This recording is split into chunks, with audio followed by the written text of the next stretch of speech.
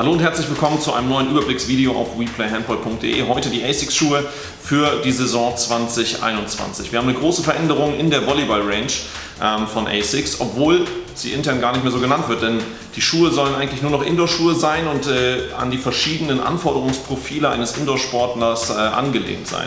Wir fangen hier an mit dem Beyond, neue Generation, Doppel-Gel-Kissen jetzt in der Ferse, wesentlich komfortabler für 110 €, ein guter Schuh, das Upper-Material leicht in Kunstleder gehalten und dadurch etwas stabiler. Dann haben wir hier den Netburner Ballistic FF, einerseits in der flachen und in der kaum ein Unterschied erkennbar, gut 1 cm höheren MT-Variante, hat ein etwas flexibleres Upper, vor allen Dingen im Vorderfuß bekommen und schmiegt sich dadurch deutlich besser an den Fuß an, ist etwas leichter geworden und etwas flexibler geworden, also sicherlich auch für den Handballer und die Handballerin, gerade auf den Außenpositionen und auf Rückraummitte sicherlich ein Schuh, den man sich überlegen sollte. Das gleiche gilt für den Sky Lead FF, den Schuh kennt ihr schon, neues Farbupdate, jetzt in schwarz-rot, die übliche FF Flight Foam Dämpfung, sicherlich nach wie vor einer der Top-Schuhe in unserem Segment von ASICS. Und dann haben wir das Flaggschiff von ASICS, den Meta-Rise, extra für Tokio 2020 entwickelt, jetzt 2021 die Olympiade.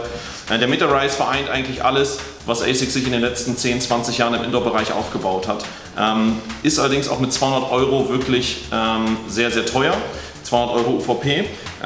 Wir haben hier eine Booty-Konstruktion als Innenlayer, wir haben eine Außenlayerhaut aus sehr leichtem und flexiblem Material, wir haben eine Flightfoam-Dämpfung, wir haben eine Flightfoam Pro-Pole-Dämpfung. Das ist am Ende nochmal so ein kleiner Kickbutton im Vorderbereich des Schuhs, der euch nochmal zusätzlich Speed bei allen Richtungsänderungen und Absprüngen verleihen soll. Ist ein Schuh, der vor allen Dingen für schwere Spielerinnen und Spieler geeignet ist und sicherlich eher zum Springen, Landen und weniger für schnelle Richtungsänderungen geeignet ist.